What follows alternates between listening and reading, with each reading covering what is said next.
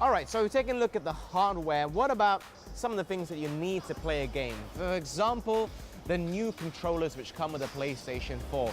Is it good? Is it bad? How does it compare to the old one? What else could you potentially get, of course, for the PlayStation? Well, I sat down to investigate.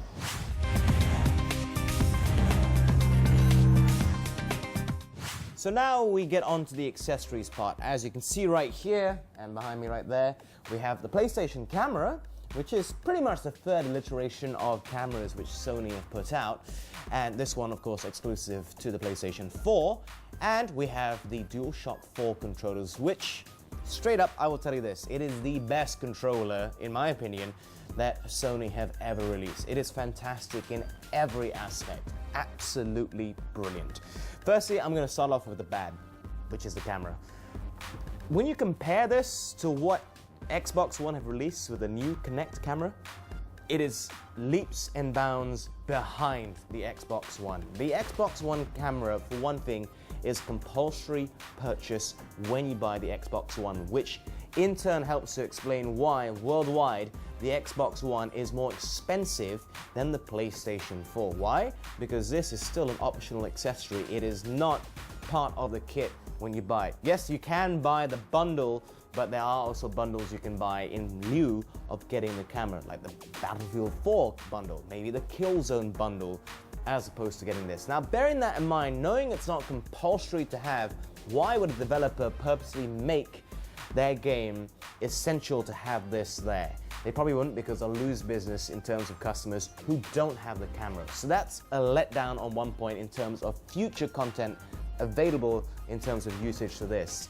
Now, there are voice commands that you can have for the PlayStation camera, but they're not great. I mean, you compare it to the Xbox One is so much better. The Xbox camera is about that big compared to this. It's about 4 times the size, let's put it that way. Even the cabling of the Xbox One Kinect 2.0 camera is about 3 times as thick because it's transferring so much more data. In my honest opinion, this does not have any essential need. It doesn't really add much. Yes, so you can go to the playroom, you can have a little bit of fun with it, you can get the voice commands to work. There is facial recognition, but apart from that, there's nothing much. It does, however, link up quite well with this, which is the controller.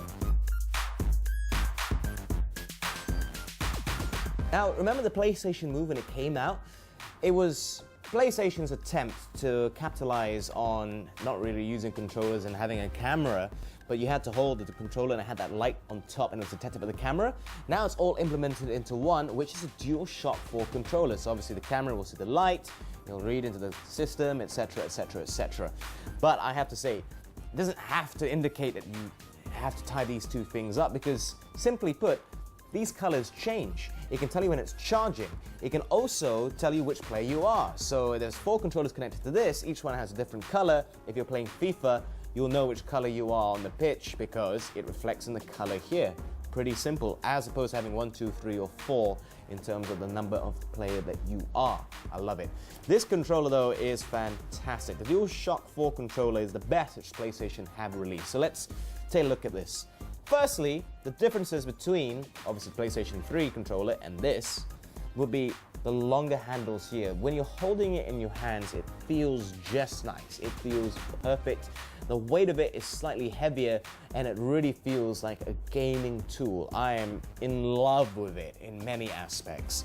Now, you may notice right here, it's finely concave. That means your thumbs are not going to slide off when you're gaming. It's now going inwards. It means your thumbs can really stick to it.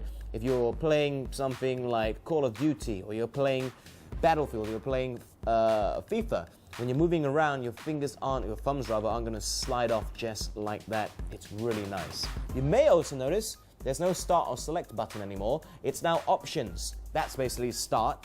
And here we have share. Now, I've touched early on my review of the console about how crucial the social element of the PlayStation 4 is, and it makes it so easy. All you do is click share.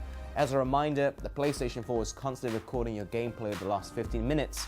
So you share, and you can choose which part of the last 15 minutes you want to upload. You can trim it obviously, and you can just share the entire 15 minutes just like that. If you're playing an online FIFA match, you can share the entire thing onto your Facebook if you've had an outstanding match, or maybe you've had a bad match. I don't know, that's entirely up to you. Also, the triggers here, it's much better for me, in my opinion, when you're playing something which is a real shooter game, for example.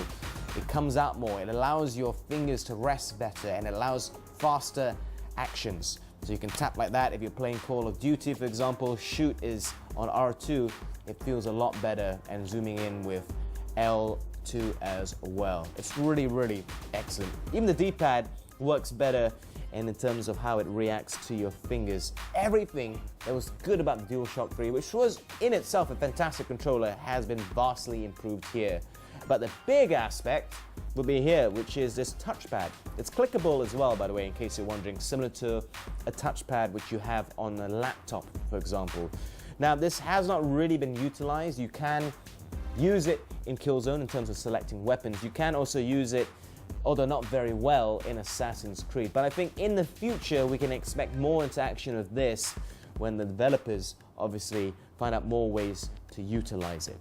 Now, one negative thing I should add is the battery life. Previously, DualShock 3, you're talking 30 hours, give or take, depending how you game obviously and how old the controller is. With this one, you're talking, what, 7-8 hours, which is not great. If you're gonna have a marathon session with your friends, you'll probably find yourself plugging into your USB port on your PlayStation and charging. On that note, you can charge on your laptop, you can charge on any other USB device that you might have as well. Now, another point of note, that's how fantastic I think that Sony have thought about the PlayStation is, you can charge it when it's in standby mode. When this is in standby, when the light in the middle is orange, you can just plug in your PlayStation if you're going out, your controller straight into there, and it will charge. Previously, we didn't have that, which was a bit of a bummer.